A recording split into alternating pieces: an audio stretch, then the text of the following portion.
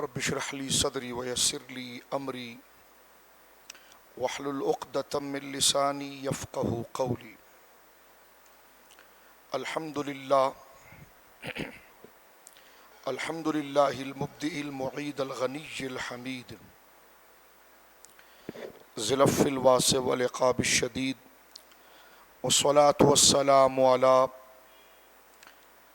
أشرف الأنبياء خاتم النبيين سيد المرسلين شفيع المذنبين سيد الأولين والآخرين سيدنا وحبيبنا نبينا وكريمنا ومولانا محمد صلى الله عليه وسلم عبده ورسوله بالهدى ودين الحق أرسله. أما بعد فأعوذ بالله من الشيطان الرجيم. بسم الله الرحمن الرحيم.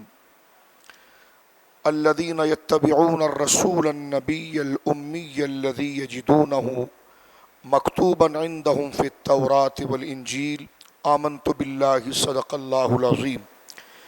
ببركة إن الله وملائكته يصلون على النبي يا أيها الذين آمنوا صلوا عليه وسلموا تسليما. اللهم صل على سيدنا وحبيبنا ومولانا محمد وبارك وسلم صلاة وسلاما عليك يا سيدي يا رسول الله. كلهم من رسول الله ملتمس غرفا من البحر أو رشفا من الديم منزه عن شريك في محاسنه فجوهر الحسن فيه غير منقسم. ثم الرضا بأبي بكر وعن عمر وعن علي وعن عثمان ذي الكرم. مولاي صل وسلم دائما سرمدا على حبیبک خیر الخلق کلہم.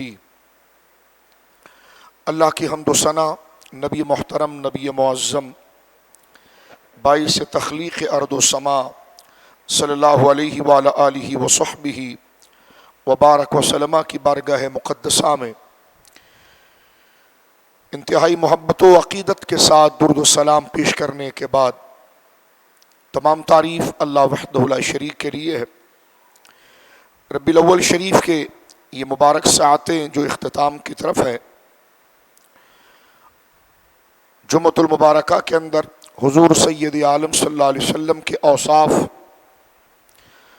اور اللہ رب العالمین جل وعلا نے جو آپ کو خصوصیات اور کمالات عطا فرمائے ہیں، جس کا جاننا کلمہ طیبہ پڑھنے کے ساتھ ایک مومن کے لیے ضروری قرار پاتا ہے، ان اوصاف کا ذکر کیا جا رہا تھا.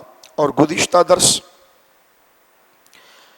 حضور سید عالم صلی اللہ علیہ وسلم کی اتباع اور اطاعت کے حوالے سے ذکر کیا گیا، اور اطاعت اور اتباع کے شرعی مفہوم کو واضح کیا گیا.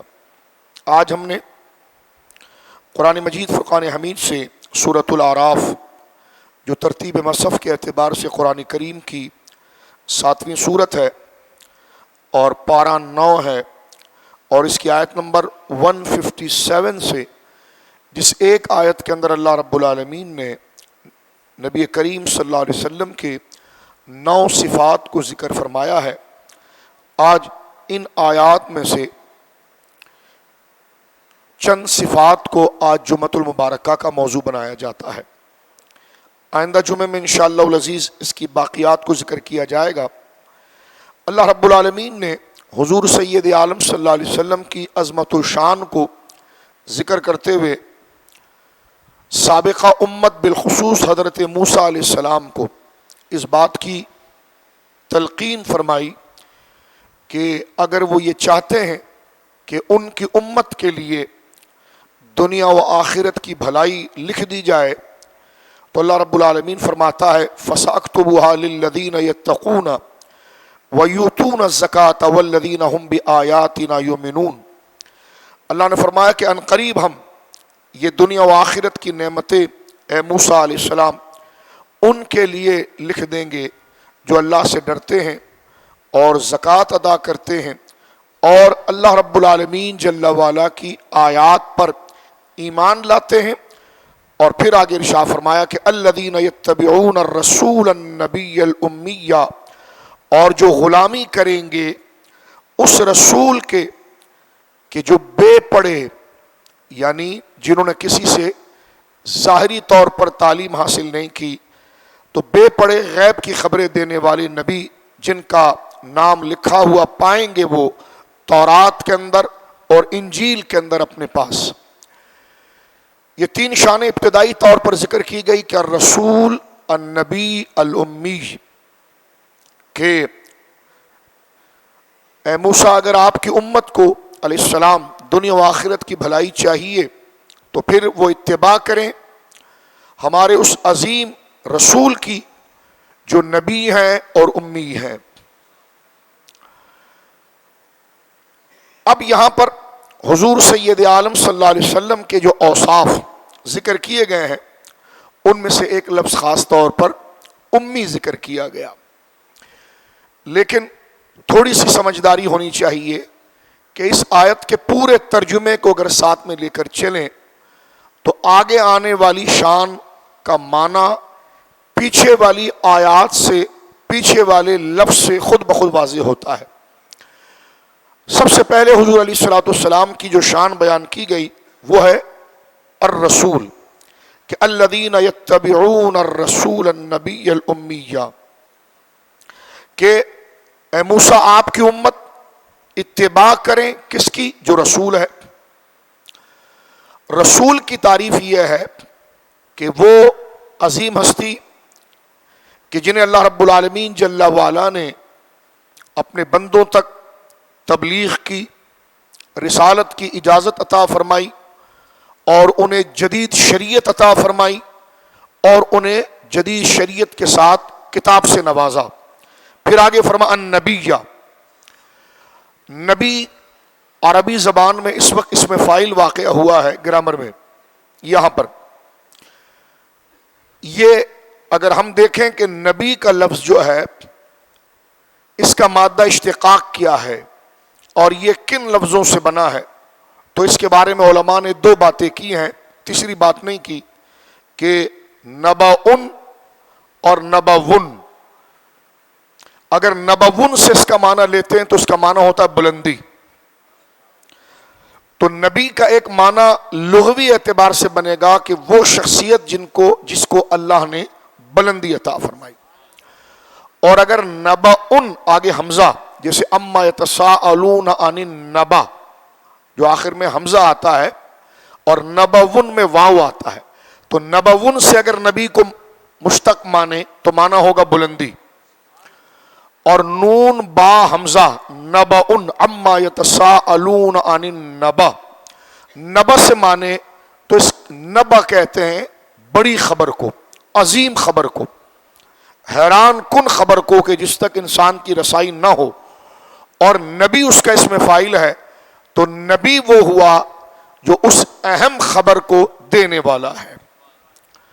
اب خبر تو دیگر اور اخبارات بھی دیتے ہیں، ٹیلی ویژن بھی دیتے ہیں، دیگر اور ذرائع بھی ہیں، لیکن یہاں پر جو یہ خاص وصف اس عظیم ہستی کے لیے ذکر کیا گیا کہ جنہیں اللہ نے اپنی جناب سے نیابت عطا فرمائی، خلق کی تبلیغ کے لیے معمور کیا اور اپنی طرف سے ان کو ہدایت دی، جس طرح کہ پہلے نبی سے پہلے لفظ آیا رسول، تو اب نبی کا معنی ہوگا کہ عام خبریں نہیں، بلکہ قرآن کریم نے متعین کیا ہے کہ ذالک من انباء الغیب نوحی الیک، اے حبیب ہم آپ کو انباء جس سے نبی بنا ہے، ہم آپ کو غیب کی خبریں دیتے ہیں جو وحی کے ذریعے آپ تک پہنچتی ہے۔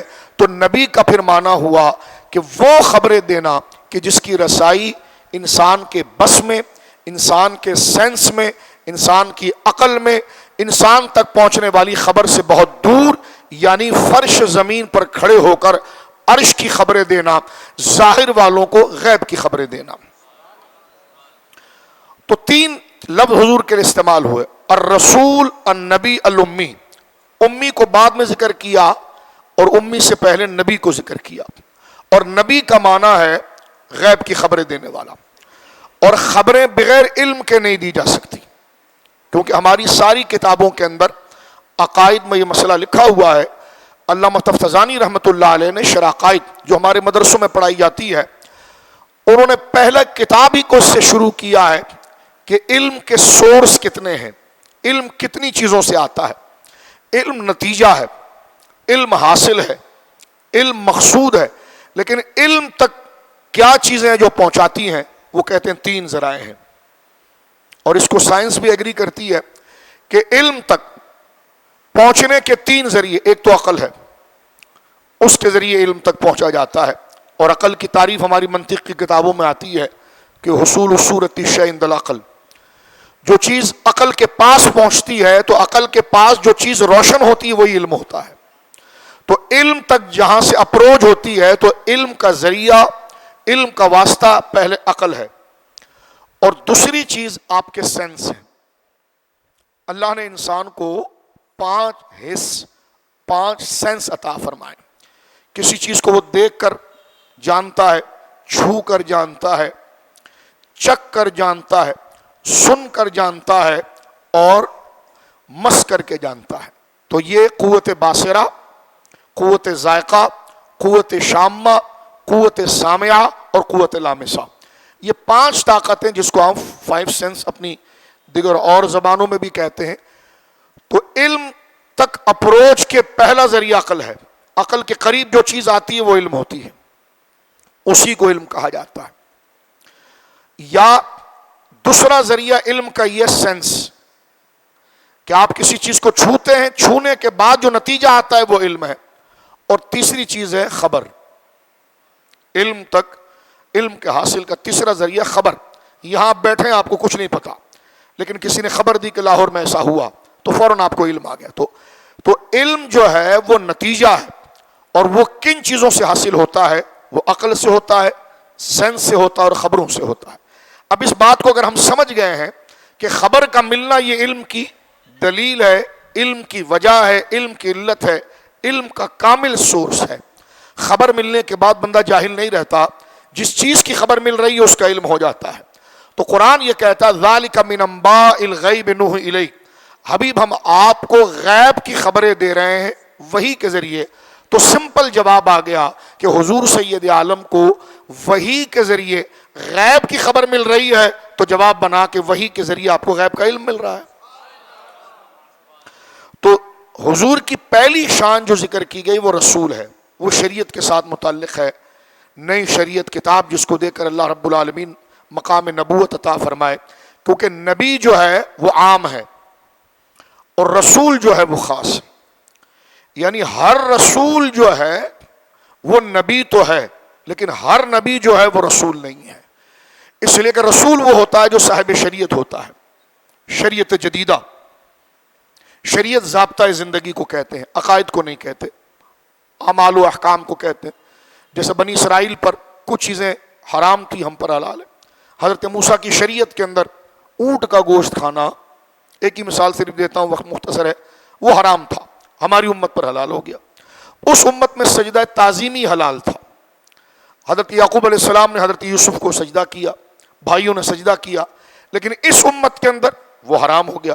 تو یہ شریعت ہے، طور طریقے، عقائد نہیں، عقائد کو دین کہتے ہیں۔ توحید، اللہ ایک ہے اور اس کا کوئی شریک نہیں، اللہ کے رسول پر عقیدہ، آخرت پر عقیدہ، یہ عقیدہ ہے جس کو دین کہتے ہیں، اس میں کبھی اختلاف نہیں ہوتا، اس میں اختلاف ہوگا تو پھر تو کفر ہوگا۔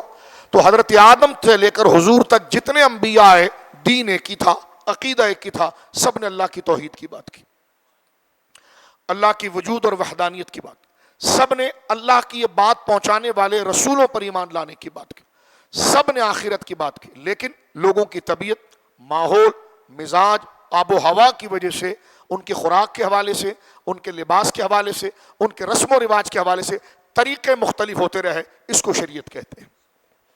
تو رسول وہ ہے جو جدید شریعت لے کر آتا ہے اور کتاب لے کر آتا ہے، نبی کے لیے ضروری نہیں ہے۔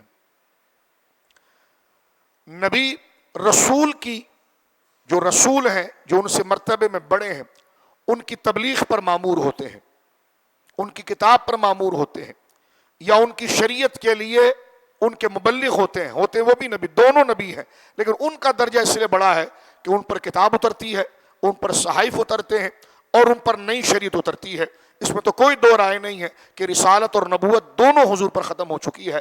اس کے بعد کوئی شکل میں جدید شریعت، جدید نبوت، جدید رسالت باقی نہیں رہی.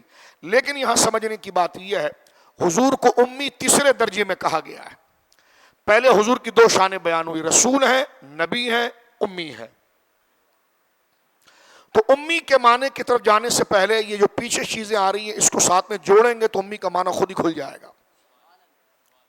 فرمایا رسول ہے، یعنی ہمارا یہ رسول صاحب شریعت ہے، صاحب کتاب ہے. پھر یہ نبی ہے، اور نبی کہتے ہیں خبر دینے والے کو.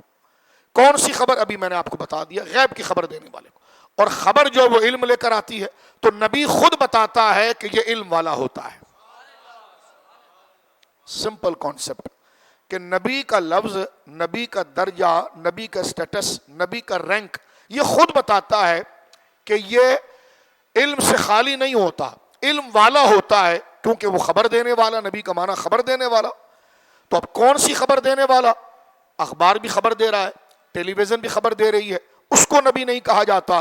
تو قرآن خود متعین کرتا ہے کہ نبی کے پاس آخر میں کون سی خبریں آتی ہیں جس کو وہ آگے ڈیلیور کرتا ہے. تو اللہ فرماتا ذالک من انباء الغیب، وہ غیب کی خبریں آتی ہیں. نوح الیک، تو فرمایا کہ نبی کا ممتاز مقام یہ ہے کہ جو اطلاعات اس کو آتی ہیں، جو اظہار اس پر ہوتا ہے، یا جو اخبار، جو خبر اسے آتی ہے وہ غیب کی آتی ہے. تو ظاہر سی بات ہے جس کو جس کی خبر آئے گی اس کو اس کا علم ہوگا. جس کو کتاب کی خبر آئی اس کو کتاب کا علم ہوا، جس کو سیاست کی خبر آئی اس کو سیاست کا علم ہوا، جس کو غیب کی خبر آئی اس کو غیب کا علم ہوا. تو رسول ہے، نبی ہے. رسول نے کتاب اور شریعت کو واضح کیا. اور آگے جو شان آ رہی ہے، پہلے امی نہیں کہا، پہلے رسول کہا، پھر نبی کہا. اور نبی کا لفظ بتا رہا ہے کہ یہ صاحب علم ہوتے ہیں، علم الاولین والآخرین کے جاننے والے ہوتے ہیں، کیونکہ وہ ڈیلیور کرتے ہیں، خبر دیتے ہیں. علم نہیں ہوگا تو خبر کیا دیں گے؟ اور خبر اسی چیز کی دیتے ہیں جو غیب ہے. تو پتہ چلا غیب کا علم ان کے پاس ہوتا ہے. اب فرما الامی. تھوڑا سے قرآن کریم کا ربط اگر باقی رکھیں تو امی کا معنی پیچھے نبی واضح کر رہا ہے. یہ نبی کا لفظ جو ہے یہ واضح کر رہا ہے. امی کا معنی یہ نہیں کیا جا سکتا کہ جسے کچھ نہیں آتا، کیونکہ یہ لفظ کسی اور کے لیے نہیں، حضور کے لیے استعمال ہوا ہے. یہ لفظ پوری عرب برادری کے لیے بھی استعمال ہوا ہے، لیکن وہاں یہ تقدس نہیں رکھا جائے گا جو یہاں رکھا جا رہا ہے. یہ ذرا سمجھے، کیونکہ قرآن کا ایک لفظ ہے وہ متعدد ذاتوں پر استعمال ہوتا ہے. تو ذات کا مقام دیکھ کر، اور صرف یہ عقیدت نہیں کہ ذات کا مقام، اس ذات کے لیے جہاں جہاں اور باتیں ہوئی ہیں ان سب کو ملا کر پھر اس وصف کی تشریح کریں گے. ایسا نہ ہو کہ ہم اس کی تشریح کر رہے ہوں اور وہاں پر اس کی شان جو موجود ہے اس سے اس کی تردید آ رہی ہے، تو یہ تو اختلاف کھڑا ہو جائے گا. تو لہٰذا امی کا معنی اگر لغت کے اندر، ڈکشنری کے اندر یہ ہو کہ بے پڑھے لکھے، جس نے کسی استاد سے نہیں پڑھا ہو، جس طرح خود جو اس وقت بہت زیادہ شور شرابہ کرنے والے لوگ ہیں، جاوید غامدی کے استاد جو ہیں امین اصلاحی، انہوں نے اپنی کتاب تدبر قرآن کے اندر لکھے، واضح طور پر اس معنی کو متعین کیا اور لکھا. میں کہتا ہوں وہ خود لکھتے ہیں، یہ تدبر قرآن کے اندر امین اصلاحی لکھ رہے ہیں، وہ کہتے ہیں امی مدرسی و کتابی تعلیم سے ناشنا کو کہتے ہیں. یعنی لفظ امی کا معنی جس نے مدرسی یعنی کسی استاد سے تدریس نہ لی ہو، یا کسی مدرسے میں جا کر تعلیم نہ حاصل کی ہو، اس کو امی کہتے ہیں. تو یہ بالکل ٹھیک پیرایہ بیان کیا جا رہا ہے. اور حضور سید عالم صلی اللہ علیہ وسلم کے بارے میں یہی کہا جا رہا ہے کہ حضور علیہ الصلوۃ والسلام نے علم کے لیے دنیا کے اندر کسی کو مدرس نہیں بنایا. اللہ نے دنیا میں آپ کا کوئی استاذ، مدرس، آپ کو سکھانے والا نہیں بنایا، بلکہ آپ کو ساری کائنات کے سکھانے والا بنایا. تو اب آپ دیکھیں یہ امی کے لفظ کا ایک معنی یہ بنتا ہے. اور یہی لفظ جو ہے وہ پورے مکہ کے لیے استعمال ہوا، امیین، کہ وہ لکھتے پڑھتے نہیں تھے. بنی اسرائیل سے ان کو ممتاز کرنے کے لیے بنی اسرائیل کے جو لوگ تھے وہ لکھتے پڑھتے تھے، اور جو اہل مکہ تھے وہ لکھتے پڑھتے نہیں تھے. لکھنے پڑھنے کا فن کو وہ اپنے ساتھ نہیں رکھتے تھے. تو ان کے لیے بھی لفظ امی ہوا ہے. لیکن یہ دیکھنا ہے کہ یہ لفظ امی ایک عرب کے بدوؤں کے لیے بھی بولا گیا ہے اور حضور سید عالم کے لیے بھی بولا گیا ہے. جیسے قرآن میں مکر کا لفظ اللہ کے لیے بھی بولا گیا ہے اور کافروں کے لیے بھی بولا گیا ہے. لیکن جو معنی کافروں کے لیے کیا جا رہا ہے وہ خدا کے لیے کریں گے تو کیسے چلے گا, لیکن جو معنی اللہ کے لیے کیا جا رہا ہے وہ ان کے لیے نہیں کیا جائے گا. تو یہاں پر لوگوں کو الجھن یہ ہوتی ہے کہ جہاں عرب کے قبائل کو امی کہہ کر خطاب کیا ہے وہ معنی گھسیٹ کر حضور سید عالم کی طرف منسوب کرتے ہیں, جبکہ ہم کہتے ہیں کہ عرب کے قبیلے کی طرف اگر امی کا معنی کیا جائے تو وہ اگر یہ معنی جاہل کا کر لیا جائے یا ان پڑھ کے کر لیا جائے تو یہ کوئی حرج کی بات نہیں ہے کیونکہ وہ عام لوگ ہیں. لیکن یہی لفظ اس ہستی کے لیے استعمال ہو کہ وہ امی بعد میں ہے, رسول اور نبی پہلے ہیں, جو بھی میں نے آپ کے سامنے واضح کیا, ان کے لیے وہ عامیانہ بات اگر آپ کر دیں گے کہ یعنی کچھ نہیں آتا تو پھر نبی کا لفظ خود ہی ختم ہو جائے گا کہ جب نبی پھر کیسے ہیں. نبی کا معنی ہوتا ہے خبر دینا اور خبر بغیر علم کے نہیں ہوتی. تو پھر اگر جسے علم ہی نہیں ہے, اگر امی کا معنی یہ کیا جائے کہ علم ہی نہیں ہے تو پھر اس کا مطلب پھر نبی بھی نہیں ہے, پھر رسول بھی نہیں ہے. تو لہٰذا یہ بات اگر آپ باریکی سے سمجھ رہے ہیں تو امی کا ترجمہ کرنے سے پہلے نبی کے لفظ کو سمجھنا پڑے گا. اللہ نے ڈائریکٹ امی نہیں فرمایا, نبی الامی فرمایا ہے کہ نبی کا معنی علم کے ساتھ خبر دینے والا. اب جو امی کہا گیا ہے اس پر غور و فکر کی ضرورت ہے. جس طرح میں نے ابھی آپ کے سامنے کہا کہ لٹرلی معنی, لغوی معنی اگر امی کا یہ کیا جائے کہ جس نے کسی استاد سے نہیں پڑھا, کیونکہ سیکھنے کے لیے, علم حاصل کرنے کے لیے کسی منجے ہوئے مدرس سے لکھنا پڑھنا سیکھنا پڑتا ہے یا اس سے کلاس اٹینڈ کر کے علم لینا پڑتا ہے. تو حضور سید عالم کو جو امی فرمایا تو ڈائریکٹ امی نہیں فرمایا, نبی الامی فرمایا. اور نبی کا معنی خود علم پر دلالت کرتا ہے اور اس علم پر دلالت کرتا ہے جہاں تک انسان کے بڑے بڑے عالم کی اپروچ نہیں ہے. تو فرمایا نبی الامی, فرمائیے وہ ایسا علم والا ہے جو امی ہے یعنی بے پڑھا ہے. یہ علم جو اس کو مل رہا ہے نبی کے لفظ کے ساتھ یہ امی ہے. تو امی کا معنی یہ کہ یہ علم دنیا میں کسی کے سامنے زانو تلمس کو خم کر کے کسی کو اپنا استاد پڑھ کے حاصل نہیں ہوا. فرمایا کہ وَعَلَّمَكَ مَا لَمْ تَكُنْ تَعْلَمْ, یہ اللہ نے خود اپنے فضل سے ان کو استادوں کی محتاجی سے بچا کر, لکھ کر علم سیکھنے کی محتاجی سے بچا کر, کتاب کو دیکھ کر پڑھنے کی محتاجی سے بچا کر اللہ نے اپنی جانب سے براہ راست علم اولین و آخرین وہ عطا فرما دیا ہے کہ کائنات ان کے علم کے سامنے دنگ ہیں. وہ ان کی صحبت میں بیٹھنے والے وہ خود اتنا علم کے حامل رہے ہیں کہ ان کے مقابلے کے علم والا دنیا میں پیدا نہیں ہوا. اس لیے امام احمد رضا نے جب یہ لفظ, کنز الایمان کی شان بھی پھری ہے, جب یہ لفظ سورہ جمعہ کے اندر عرب ٹرائب کے لیے استعمال ہوا امیین, وہاں پر ترجمہ کیا اعلی حضرت فاضل بریلوی نے ان پڑھ, یعنی ان پڑھ قبیلوں, امیین وہاں پر قبیل عرب کو خطاب ہوا. تو وہاں ترجمہ کیا کہ یہ رسول بھیجا گیا ہے ان پڑھوں میں. لیکن جب یہی امی لفظ حضور کے لیے آیا تو وہاں ترجمہ کیا بے پڑھے. حضور کے لیے ترجمہ ہو رہا ہے بے پڑھے کیونکہ جو تقاضا تھا, اور قوم کے لیے ترجمہ ہو رہا ہے ان پڑھ. وہاں لغوی معنی ہو رہا ہے اور یہاں پر حضور کے جو لیے جو نبی امی سے پہلے جو نبی کا لفظ آ رہا ہے جس میں جو خود علم کا ایک نشان ہے, جیسا ابھی ساری تقریر ہو چکی ہے, تو اس کو ساتھ میں لے کر, ہاں عربی زبان سے فرار بھی نہ ہو جائے, امی کے اندر پھر بھی کوئی نہ کوئی لغویت ہے, تو ہاں امی کا ایک معنی تو پایا جاتا ہے نا جو مدرس کے پاس کبھی علم لینے نہ گیا ہو, تو اس معنی کو باقی رکھتے ہوئے اور نبی کے معنی کو ساتھ میں شامل کر کے فرمایا بے پڑھے, یعنی کسی سے پڑھا نہیں. اور کس سے پڑھا؟ وَعَلَّمَكَ, اللہ فرماتا ہے ہم نے تعلیم عطا فرمائی.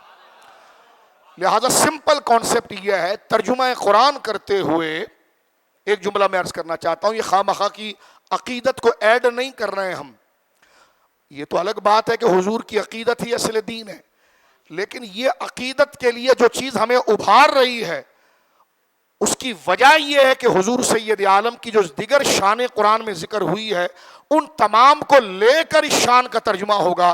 اس لیے خدا نے الذین یتبعون الامی نہیں کہا بلکہ فرمایا الذین یتبعون الرسول النبی الامی، کیونکہ علم تو خود نبی کے معنی کے اندر موجود ہے، خبریں دینے والا. نبی کا معنی خبریں دینے والا.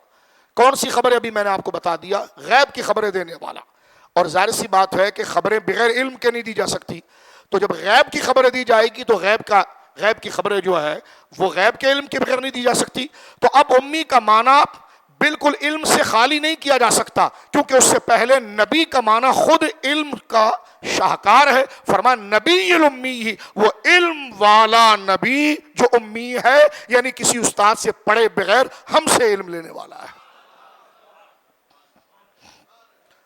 تو اگر آپ اس بات کو میں سمجھا سکا آپ کو، تو آپ دیکھیں حضور کے لیے کبھی بھی ڈائریکٹ امی کا ترجمہ نہیں ہوگا، کیونکہ قرآن نے امی کا لفظ بعد میں بیان کیا، نبی کا لفظ پہلے بیان کیا. یہ بار بار میں نے آپ کو بتایا. تو لہذا نبی کا لفظ ہی علم کا نشان ہے. اگر نبی کو علم نہیں ہوگا تو خبریں کیا دے گا؟ تو اگر نبی خبریں نہیں دے گا تو پھر نبی کیسے رہے گا؟ تو نبی کے لیے ضروری ہے کہ وہ خبریں دیں، لیکن کون سی خبریں دیں؟ وہ خبریں جہاں تک انسان کی عقل کی اپروچ نہ ہو، اور قرآن کہتا ہے وہ غیب کی خبریں. تو جب خبریں آتی ہیں تو علم بھی آتا ہے. تو نبی کا لفظ ہی علم والا ہونا ہے. پھر فرمایا امی، تو اللہ یعنی مطلب کیا ہے؟ ایسا علم والا الامی، جس نے دنیا میں کوئی استاد نہیں بنایا. علم اولین و آخرین ان کو عطا فرمائے. تو یہ اس کے معنی کی وضاحت ہوتی ہے، اور اس کے لیے ضروری ہے قرآن کا جو بھی ترجمہ کر رہا ہوتا ہے تو اس کے لیے ضروری ہوتا ہے کہ کس ذات کے لیے میں لفظ استعمال کر رہا ہوں. اب آپ دیکھیں قرآن میں ایک لفظ ہے مکروا مکر اللہ واللہ خیر الماکرین. اب یہاں پر مکر کا لفظ سارے کافروں کے لیے بھی، کافروں نے مکر کیا، مکروا مکر اللہ. اب یہی مکر کا لفظ اللہ کے لیے بھی ہے. اب اتنا دماغ میں کمال ہونا چاہیے کہ آپ بھی جانتے ہیں ڈکشنری کے اندر جب کسی بھی ایک ورڈ کا معنی کرتے ہیں تو اس کا ایک ہی مین نہیں ہوتا، اس کے 10-12 میننگز لکھے ہوتے ہیں. وہ 10-12 میننگز لکھے اس لیے ہوتے ہیں کہ مختلف کیفیت، مختلف ذات، مختلف زاویے سے معنی بدلتا چلا جائے گا. اب مکر کا معنی ہے دھوکہ. اللہ رب العالمین جل وعلا کی شان یہ ہے کہ اس کی صفت جواد، حلیم اور علیم. اس کے لیے دھوکہ تو تصور ہی نہیں، وہ تو اس کی ضد ہے. جیسے رحم کی ضد ظلم ہے، اللہ کے لیے رحم تو ہے لیکن ظلم نہیں ہے. اللہ کے لیے صدق تو ہے لیکن کذب نہیں ہے. تو اللہ کے لیے علم اور حلم تو ہے لیکن دھوکہ نہیں ہے. تو مکر کا معنی کیا کریں گے؟ تو اس لیے امام احمد رضا نے جو کافروں کی طرف یہ جب لفظ گیا تو ان کی طبیعت، ان کی کیفیت، ان کی تاریخ کو سامنے رکھتے ترجمہ کیا کہ یہ دھوکہ دے رہے ہیں. اور مکروا مکر اللہ واللہ خیر الماکرین. اور مکر کا ایک معنی یہ بھی آتا ہے کہ دشمن کو غافل کر کے اس کو علم نہ ہو اور اس کے اوپر حملہ کر دینا، اس کو ہمارے اردو میں کہتے ہیں خفیہ تدبیر. تو فرمایا کافر جو کھل کر دین کو دھوکہ دے رہے ہیں تو واللہ خیر الماکرین، اللہ نے ان کے لیے عذاب کو چلا دیا ہے لیکن اسے علم نہیں ہے کہ عذاب ان کے سر پر آ گیا. تو یہاں پر ترجمہ ہوا اور اللہ جو ہے وہ خفیہ تدبیر کرنے والا ہے.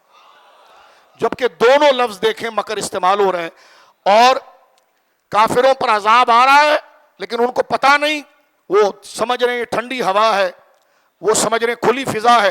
جبکہ اسی دھوپ کے اندر، جیسے شعیب علیہ السلام کی قوم دیکھیے، ان پر گرمی کا عذاب آیا کیونکہ وہ کرتے کیا تھے؟ کاروبار کے اندر ڈنڈی مارتے تھے. اپنی گھٹیا چیز کو ذرا ریپ اچھا کر کے، اچھا سوار کر گھٹیا چیز کو اعلیٰ قیمت پر بیچ دیتے تھے جھوٹ بول کر.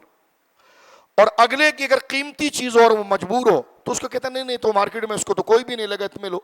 تو وہ اپنی گھٹیا چیز کو بنا سوار کر اعلیٰ قیمت پر بیچتے تھے، اور دوسرے مجبور آدمی کی ضرورت کا فائدہ اٹھا کر اس کی قیمتی چیز کو ہلکے دام میں لیتے تھے. ان پر اللہ کا پہلا عذاب یہ آیا کہ پہلے تو گرمی شدید ہونا شروع ہو گئی.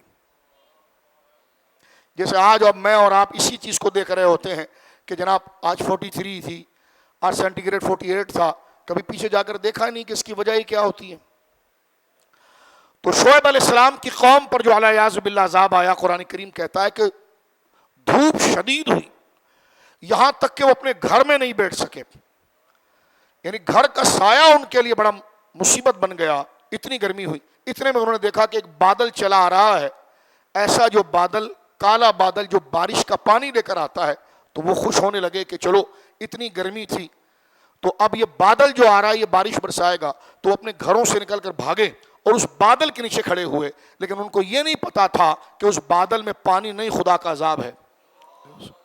اور وہ بادل پھٹا اور اس سے آگ نکلی اور ساری قوم جل کر راکھ ہو گئی۔ تو اب آپ دیکھیں خفیہ تدبیر کیا ہوتی ہے کہ جنہوں نے شرارتیں کی تھی، انہوں نے جو بدماشیاں کی تھی، انہوں نے جو فریب کیا تھا، دنیا کے اندر فساد کیا تھا، تو انہوں نے یہ مکر اور دھوکہ دے کر دین کو اور لوگوں کو پریشان کرنے کی کوشش کی، اور اللہ نے اپنے عذاب کو چلایا۔ جس کو وہ رحمت سمجھ رہے تھے اصل میں وہ زحمت تھا۔ یہ ہے خفیہ تدبیر۔ لیکن قرآن نے دیکھیے، قرآن نے دونوں کے لیے مکر کا لفظ استعمال کی۔ کافروں کے لیے بھی مکر کا لفظ آیا عربی میں قرآن میں، مکروا مکر اللہ واللہ خیر الماکرین، یعنی ظاہری اگر ترجمہ اس کا دیکھیں تو کافروں نے مکر کیا اور اللہ نے مکر کیا، اور لوگوں نے اردو میں بھی یہ ترجمہ کیا۔ میں کس کا نام لوں آپ کے سامنے؟ یہ جنہوں نے امی کے معنی میں ڈنڈیاں ماری ہیں نا، ان کے سارے بزرگوں نے مکر کا معنی یہ اللہ کے لیے کیا ہے۔ لیکن ایک امام اہل سنت امام محمد رضا کا وہ ترجمہ ہے کہ جنہوں نے دانائی کے ساتھ اللہ رب العالمین کی صفات کو سامنے رکھ کر، لغت کو سامنے رکھ کر، لغت کا کچھ حصہ لیا اور اللہ رب العالمین کی شان کا ذکر قرآن میں جہاں جہاں پر ہے اس کو سامنے لے کر ان دونوں کو اس میں شامل کیا، تاکہ اس معنی تک، حقیقی معنی تک رسائی ہو، اور معنی کیا خفیہ تدبیر کا، کہ کافر دھوکہ کرتے ہیں رب سے، اور اللہ رب العالمین خفیہ تدبیر کرنے والا ہے، اور اللہ کی خفیہ تدبیر سب سے بہتر ہے۔ اب اسی چیز کو آپ امی میں لے لیں، یہی امی کافروں کے لیے بھی استعمال ہوا ہے اور یہی امی رسول اللہ کے لیے استعمال ہوا ہے۔ یہ عجیب جہالت ہے کہ جو ان کے لیے معنی کرنا اگر حضور کے لیے کریں گے تو حضور کی جو اتنی شان قرآن میں ذکر کی گئی ہے اس پر ایمان کیسے آئے گا؟ اور زیادہ دور نہ جائیے، اس امی سے پہلے نبی کا لفظ موجود ہے، نبی الامی۔ اگر آپ نبی کا معنی ٹھیک کر دیں تو آپ کو امی کا معنی خود ہی سمجھ میں آ جائے گا۔ تو میں نے اسے ایک گرامک انداز میں جمعے کے اندر ٹیکنیکل طریقے سے آپ کو بتا دیا۔ جھگڑے کو ختم کرنے کا طریقہ یہ ہے کہ آپ نے جب اس کا ترجمہ کرنا ہے تو اس کا سیاق و سباق آپ نے دیکھنا ہے۔ اور آخری بات یہاں پر یہ ہے، لغت میں یہ بات آئی ہے کہ امی، اگر صرف خالی امی کو آپ لیتے ہیں تو اس کو آپ دو حصوں میں بانٹیں گے۔ کہتے ہیں ماں کو، امن ماں، اور یا نسبتی ہے ماں والا، جیسے پاکستانی، دہلوی، کراچوی، تو یہ یا جو ہے وہ نسبتی ہے۔ تو یا امی، بمانے ماں، بمانا اصل، اور یا بمانا نسبتی ماں والا۔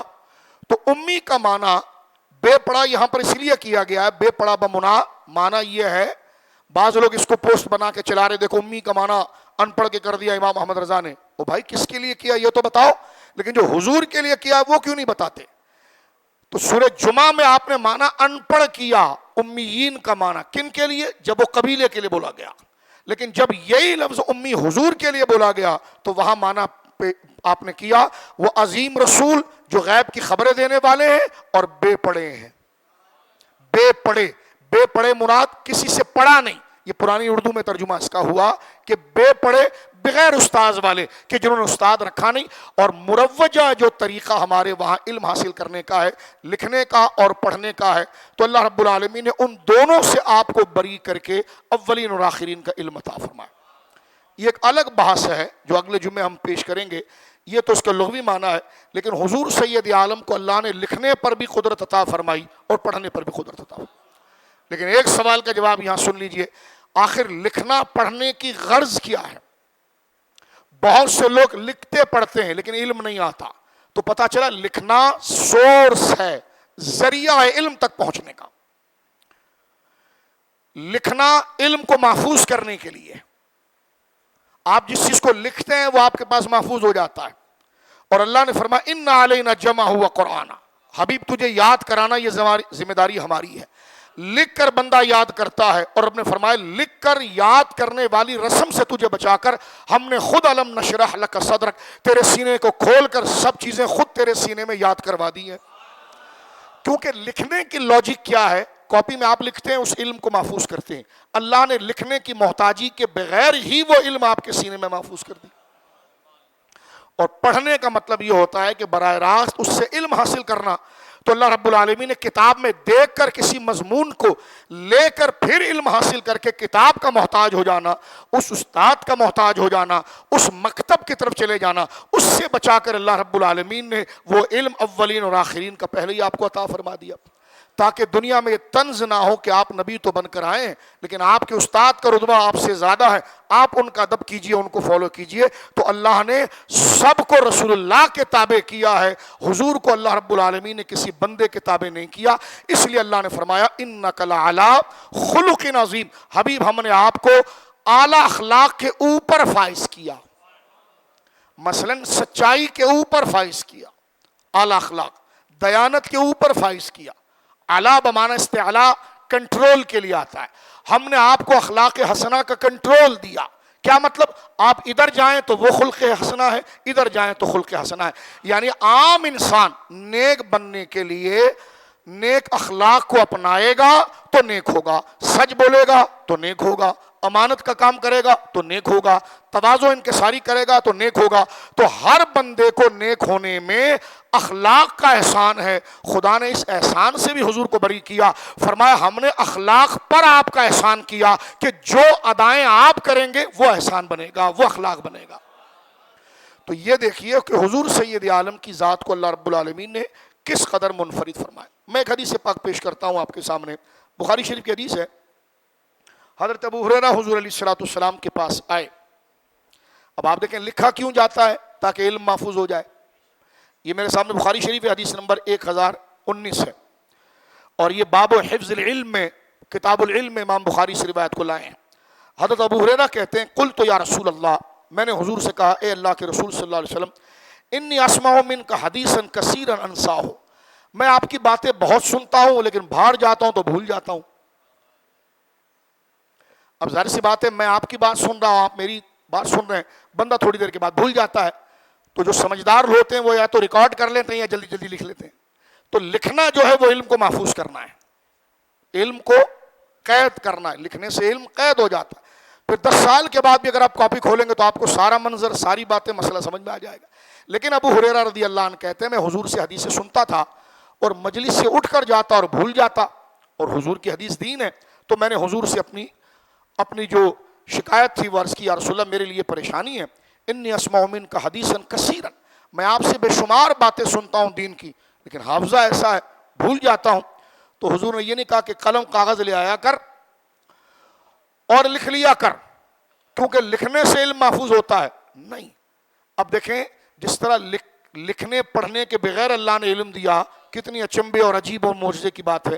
یہاں آپ دیکھیں کہ اب یہی شکایت ابو ہریرہ حضور سے کہتے ہیں کہ یا رسول اللہ میں جو آپ سے سنتا ہوں بھول جاتا ہوں، یاد کیسے رکھوں؟ تو حضور نے نہیں کہا کہ یاد رکھنے کا طریقہ تو لکھنا ہے، بلکہ فرمایا ابسط رداک، یہ تیرے کندھے پر جو چادر ہے اس کو زمین پر بچھا۔ ایسا کبھی علم ملنے کا طریقہ آپ نے دیکھا ہے؟ آج ابو ہریرہ کو حضور کہہ رہے ہیں رضی اللہ عنہ کہ ابسط رداک، اپنی چادر کو بچھاؤ۔ فرمایا فبسطتہ، میں نے حضور کے سامنے اپنی چادر کو پھیلا دیا۔ پھر حضور نے کیا کیا؟ قال فغرف بیدہ، سرکار نے چلو بنایا، جیسے دعا کرتے نا ایک غرف، اس طرح چلو بنایا اور ہوا سے لے کر ان کی چادر میں پھینکا۔ نہ بظاہر ہاتھ میں کچھ نظر آ رہا ہے، نہ چادر میں کچھ گرا ہے وہ نظر آ رہا ہے، نظر کچھ بھی نہیں آ رہا، لیکن آپ دیکھیے علم کا یہ کون سا طریقہ ہے جہاں تک انسان نہیں پہنچ سکتا۔ شکایت یہ تھی کہ میں بھول جاتا ہوں، تو فرمانے کہ پینسل سے لکھ لے، فرمایا چادر بچھا۔ چادر بچھا کر اپنے ہاتھ کو حضور نے ہوا میں اس طرح لہرا کر ان کی چادر میں ڈالا۔ فقال ضمہ، فرمایا اس چادر کو سینے سے لگا۔ اب چادر میں کوئی کتابیں تو جمع نہیں ہو گئی تھی، کوئی بکس تو جمع نہیں ہو گئی تھی، کوئی پین اور قلم تو نہیں آ گئے تھے، کوئی حروف تو نہیں آ گئے تھے کہ جو ایک اٹھا کر، چادر ہی تھی۔ فرمایا کہ فضممتہ، میں نے چادر کو سینے لگایا، فما نسیت شیئا بعدہ، خدا کی قسم اس کے بعد جو بھولا ہوا سبق تھا وہ بھی یاد آیا، اور اس کے بعد کبھی کوئی علم بھولا ہی نہیں۔ تو اب علم کو بھول سے بچانے کے لیے لکھا جاتا ہے تو جناب سید عالم کی شان یہ ہے کہ آپ نے اپنے صحابہ پر وہ کرم فرمایا اللہ کے فضل سے کہ بغیر لکھے اپنے دست مراد کو اٹھا کر ان کی جھولیوں میں ڈالا. بظاہر وہ جھولی خالی نظر آ رہی ہے لیکن سارے علم اور ذہانت اس کے اندر موجود ہے. اب بتاؤ یہ وہ ہستی ہے جن کو خدا نے فرمایا النبی الامی. انشاءاللہ العزیز اس کی مزید تشریح ہم آنے والے جمعے میں پیش کریں گے. اللہ رب العالمین جل والا، یہ ربیع الاول شریف اور ربیع الثانی کا مہینہ ہے، یہ حضور سید عالم کی عظمت و شان کو قرآن و سنت سے جاننے کا مہینہ ہے، تاکہ جب ہمارے نزدیک حضور علیہ الصلوۃ والسلام کے مرتبے اور مقام کی معرفت اور آشنائی رہے گی تو پھر ہم بے ادبی سے، غلطی سے محفوظ رہیں گے. اس مقصد کے لیے جمعے کے اندر اور گزشتہ جمعے میں تقریر کی گئی ہے. اللہ رب العالمین قرآن و سنت کے اس علمی عرفان سے ہمیں ادب رسالت کے تقاضے عطا فرمائے، محبت رسالت کے تقاضے عطا فرمائے، اور قرآن و سنت سے جو مقام رسالت ہے اس کی سمجھ اللہ رب العالمین جل وعلا ہم تمام کو اپنے فضل سے عطا فرمائے. اور کیا غیب تم سے نہا ہو بھلا، جب نہ خدا ہی چھپا، تم پہ کروڑوں درود. وآخر دعوانا ان الحمدللہ.